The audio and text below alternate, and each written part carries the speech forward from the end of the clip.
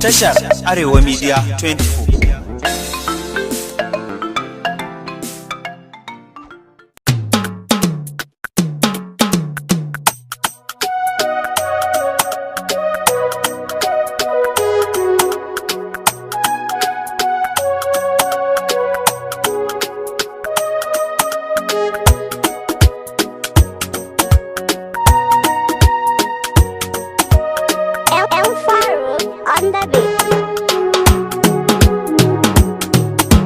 Tabbas da gaske ni za na so ki faɗi ma ba da ƙarya ba.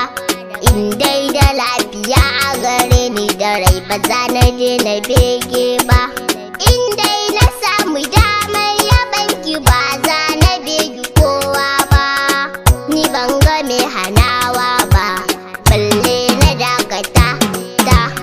In dai ina waje ya Batulu ba mai taɓa ki 'yar gata.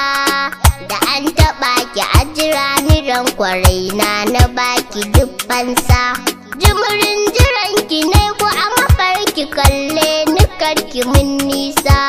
Sirri na rayuwa ta faɗi mace ki kira ni zan amsa. Kausar a baki daɗi gare ta Zara ubanu in kurɓa. In dai akan ki ne na yi nisa dan ba kiran da zan amsa. Tilan na so ki ko za a ƙi ni ƙaunar kice ta ningata. Tamba batin na fasa ni ma ki so ni Batulu 'yar gata.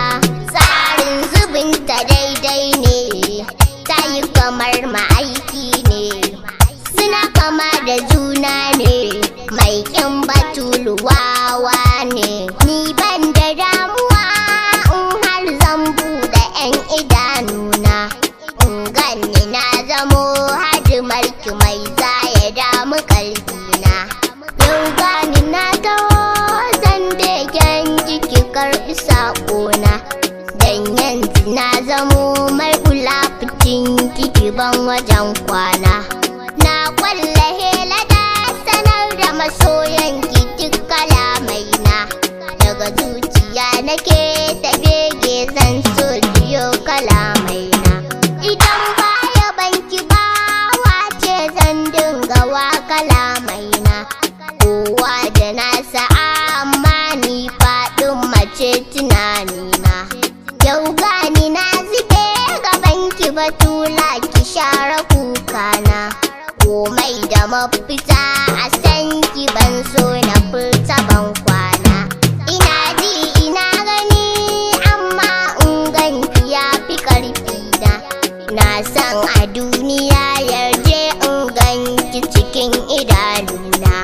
Soyayya rayuwa wanda ya ɗauta ku ba shi ba kuna. Wanda ya rike ta shi zai dace ya shiga aljanna. So na faranta rai a san ki Karima ba na fiɗar sauki. Kuma rayuwa salati shi zai sanya a dinga jin sauki. Samari ku yunƙuri ku yawaita salati gare shi manzona. 'Yan mata ku yunƙuri ku yawaita salati gare shi manzona. Salatin sana da falala ne, salatin sana da falala ne. Tashar Arewa Media 24.